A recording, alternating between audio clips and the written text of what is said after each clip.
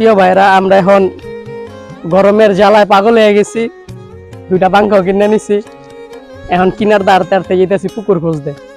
মানে আল্লাহ তালা যদি তৌফিকে দেয় পুকুরের নাইমা 2-4-5টা ডুব দিমু, এরপর আপনাকে লাগে আবার কথা কম। আসলে হ্যাঁ বন্যা বন্যা ফিল হচ্ছে। আমরা বন্যার পানি দিয়া হাঁটতাছি বা একটু নিচের দিকেও দেখেন কতটুকু পানি।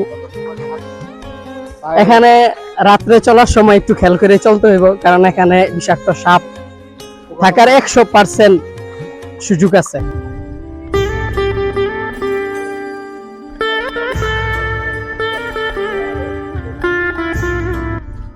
এগুলো হচ্ছে লিচু। এখনো হয় নাই, এখনো ছোট ছোট আছে। এই লিচু এক নানির, হ্যাঁ নানি আমাকে বলছে যে লিচুগুলো পাকলে তুমি আইসো নাতি, তোমাকে লিচু খাওয়াবো। নানি একটা আম দিছে, আম খাইতেছি। আমটা আচ্ছা হইলো, খুবই মিষ্টি।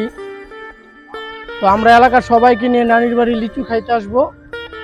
আমরা এখন কলা বাগানের মধ্যে দিয়ে হাঁটতেছি। এই কলাগুলো পাকে নাই কেন? এখন আসলাম, কলাগুলো পাকলে তো খাওয়া যায়। তো কলা আছে কোনো গাছে? আমি বোতলটা দিয়ে রাইখে রাখছি। কলা আছে? রাকিব ভাই, আপনি কি কলা দেখছেন?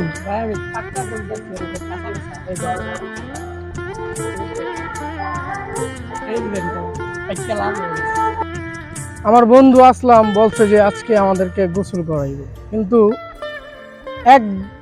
মিনিমাম 1 ঘন্টা আমরা হাঁটতেছি, কিন্তু পুকুর যে কোথায় আছে তার কোনো ঠিকই নেই।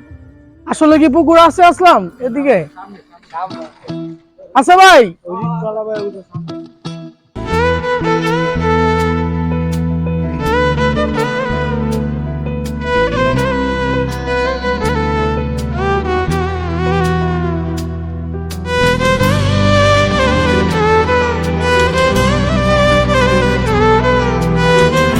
আসলেই প্রকৃতি এত সুন্দর, মুগ্ধকর একটা জায়গা আমাদের নারায়ণগঞ্জের মধ্যে, আমাদের এলাকার মধ্যে। এই জায়গাটা যেন ছিল, আমি কখনোই জানতাম না যে এরকম একটা সুন্দর প্লেস। ভীষণ এলাকার মধ্যে অতিরিক্ত গরম লাগতেছে, কিন্তু এই জায়গাটায় অনেক ভালো লাগতেছে।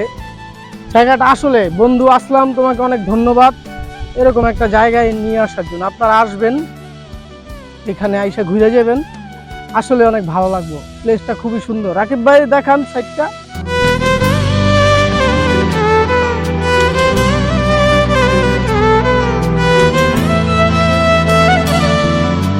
গোসলের উদ্দেশ্যে বের হয়েছিলাম, কিন্তু তারা পুকুরের সামনে যাই আর গোসল করে নাই।